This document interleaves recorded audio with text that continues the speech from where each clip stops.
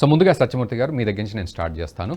So గతం గతః అన్నట్టుగా చూడాల్సిన పరిస్థితి ఉంది. ఎందుకంటే ఒకప్పుడు ఎవరిని తిట్టారు, ఎవరితో తిట్టించారు, ఏమని విమర్శలు చేశారు, ఇవన్నీ కూడా మనం చూసాం. ఆ సినిమా అంతా అయిపోయింది. ఆ తర్వాత జగన్ సినిమా వచ్చింది. ఇప్పుడు మళ్ళీ కొత్త సినిమా మొదలైంది. ఆంధ్రప్రదేశ్కి సంబంధించి అభివృద్ధి, సంక్షేమం అండ్ పరుగులు తీయాల్సిన పరిస్థితి ఉంది. నిజంగా ఎక్కడ అడుగు వేసే పరిస్థితి కూడా కాదు. అభివృద్ధి విషయంలో, సంక్షేమ విషయంలో పరుగులు తీయాల్సిన పరిస్థితి. సో ఎట్లా చూస్తున్నారు ఇప్పుడు? నిజంగా చదరంగంలోకి దూకినట్టుగా ఉంది సిచ్యువేషన్ అన్నట్టుగా ఉన్న నేపథ్యంలో మీరు ఎలాంటి అడుగులు వేయబోతున్నారు? ఆంధ్రప్రదేశ్ ప్రజల్ని ఎలా హక్కున చేర్చుకోబోతున్నారు?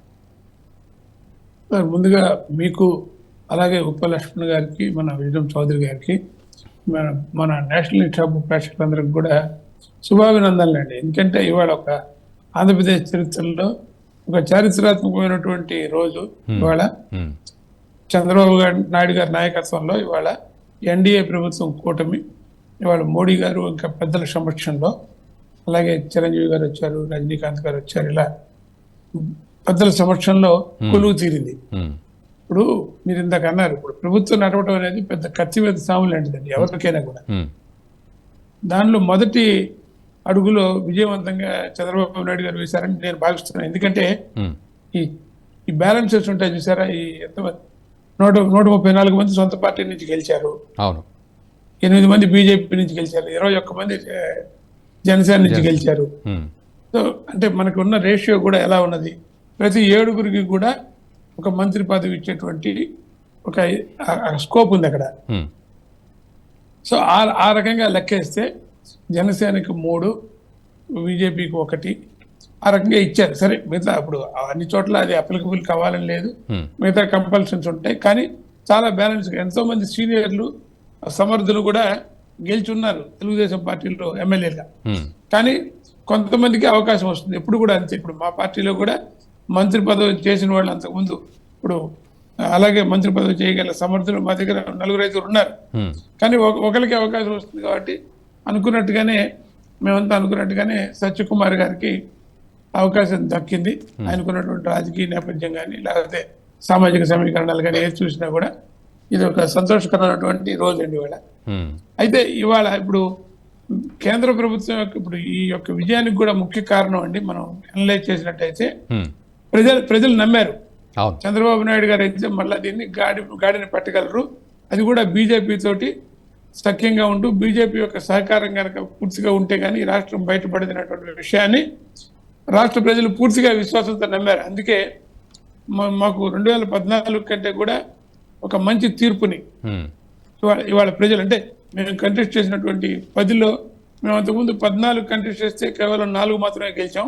కానీ ఈసారి 10 కంటెస్ట్ చేస్తే 80% స్ట్రైక్ రేట్. అంటే భారతీయ జనతా పార్టీని కూడా ప్రజలు యాక్సెప్ట్ చేశారు.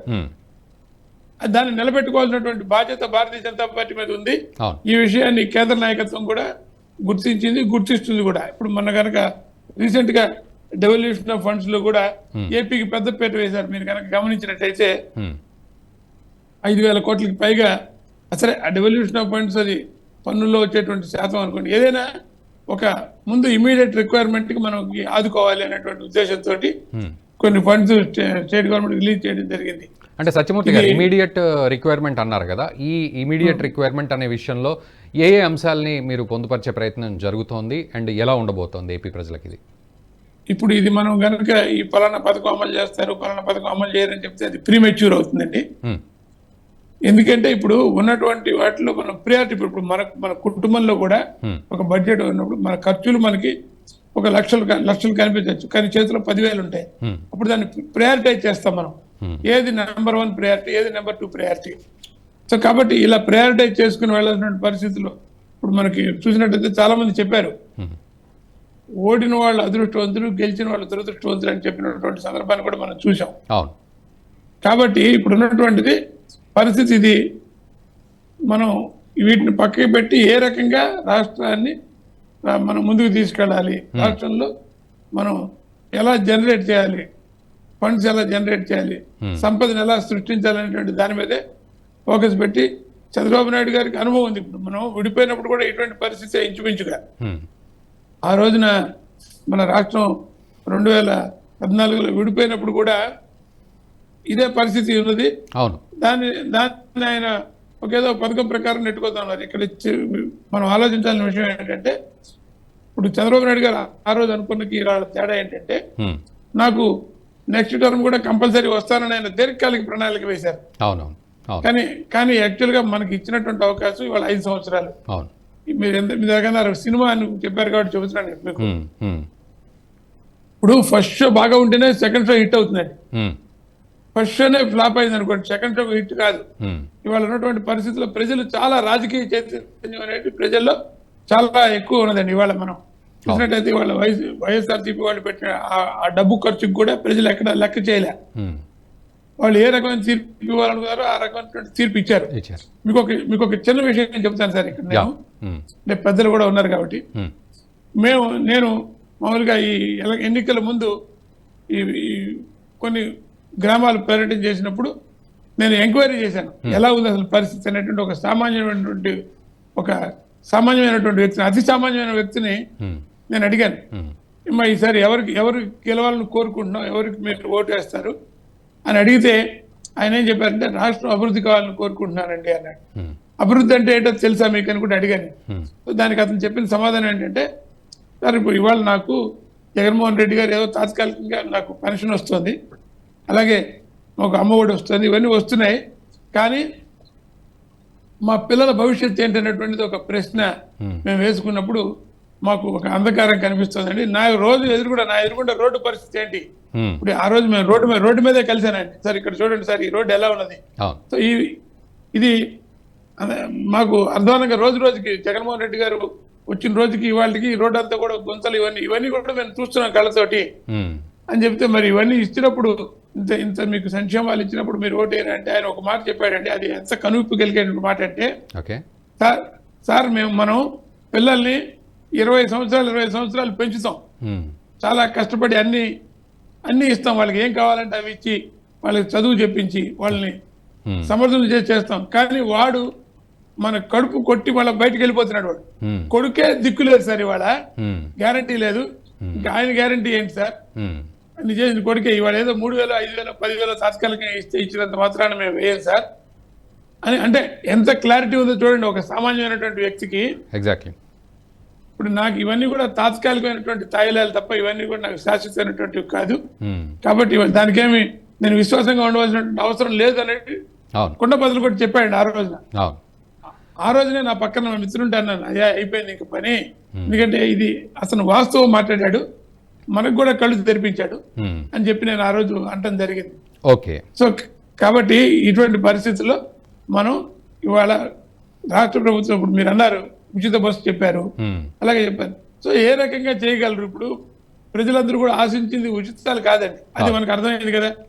ఒకవేళ ఉచితాలే ఆశించున్నట్టయితే జగన్మోహన్ రెడ్డి గారు చేస్తున్నాడు, ఇంకా చేస్తానంటున్నాడు, ఆయనకే వేయచ్చు, కావాలంటే ఆయనకే వేయచ్చు. కాబట్టి మాకు ఉచితాలు కాదు, అభివృద్ధి కావాలి, రాష్ట్రం అభివృద్ధి చెందాలి. కాబట్టి ఇప్పుడు పెద్దలు మన మధ్య కొంతమంది పెద్దలు నేను కలిశాను, సరే ఏంటి పరిస్థితి అంటే, వాళ్ళందరూ కూడా చంద్రబాబు నాయుడు గారితో సన్నిహితం ఉన్నటువంటి వ్యక్తులే, అందరూ కూడా కలిసి సమిష్టిగా కృషి చేసి ఇప్పుడు వాగ్దానాలు అయితే ఇచ్చారండి, ఎందుకంటే అధికారంలోకి రావడం ముఖ్యం కాబట్టి వాళ్ళు ఉన్న పరిస్థితి నుంచి కొన్ని వాగ్దానాలు తప్పనిసరిగా కూడా చేయాల్సిన పరిస్థితి వచ్చింది. అందరికీ కూడా, ప్రతి రాజకీయ పార్టీ కూడా ఇవాళ ఉన్నటువంటి పరిస్థితుల్లో చేయాల్సిన పరిస్థితి వచ్చింది. కానీ ఏది ప్రయారిటీ అనేటువంటి చూసుకుని అందరి సహకారంతో ఇవాళ ఏదైనా మనం ఒక వాగ్దానాన్ని వాయిదా వేయాలన్నా ప్రజల యొక్క మద్దతు తీసుకుని ప్రజలకి నచ్చ చెప్పి ఇది పరిస్థితి, ఇవాళ ఉన్నటువంటి ఇవాళ నాకు ఖాళీ ఖజానా వచ్చింది, నేను 1, 2, 3 చేస్తాం. మన కుటుంబ పెద్ద ఎలా అయితే మనకు అందులో అడుగుతాడు, కుటుంబం నాకు ల్యాప్టాప్ కావాలని ఒక రాత్రి అంటాడు, ఒక పిల్లడు అంటాడు, ఇంకోటి కావాలని ఇవన్నీ ఉంటాయి. వీటన్నిటిని ఏ రకంగా అయితే ఎక్స్ప్లెయిన్ చేసి, బాబు ఇదిగో నా జీతం ఎంత వచ్చింది, నాకున్న ఇన్కమ్ ఇది, మనకున్న రెవెన్యూ ఇది చేయగలుగుతాయి, నేను నెక్స్ట్ టర్మ్ లో ఇది చేస్తా అని చెప్పి నచ్చ చెప్పి చేసుకోవాల్సిన అవసరం ఉంటుంది. అంటే సత్యమూర్తి గారు ఓవరాల్ గా అయితే నిజంగానే ఒక కష్టతరమైన సవాళ్ళన్నింటినీ కూడా ఎదుర్కొంటూ రంగంలోకి దిగిన పరిస్థితి అయితే ఉందంటారు కదా, అదైతే ఒప్పుకుంటారు కదా? అది ఖచ్చితంగా అండి.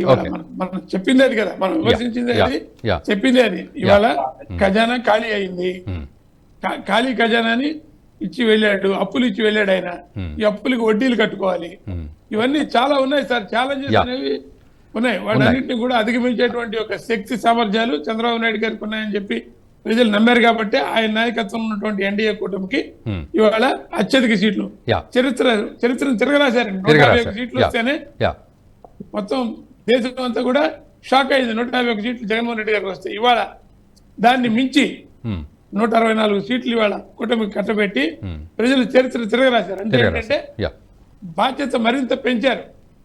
ఓకే ఓకే ఈ వీడియో మీకు నచ్చినట్టయితే లైక్ చేయండి, 10 మందికి షేర్ చేయండి. అలాగే కామెంట్ల రూపంలో మీ అభిప్రాయాలను మాతో పంచుకోండి. Nationalist hub group of channels ను సబ్స్క్రైబ్ చేసుకుని తెలుగునాట జాతీయవాద జర్నలిజాన్ని ప్రోత్సహించండి. ఈ వీడియో కింద ఉన్న బెల్ ఐకాన్ పై క్లిక్ చేయడం మర్చిపోవద్దు.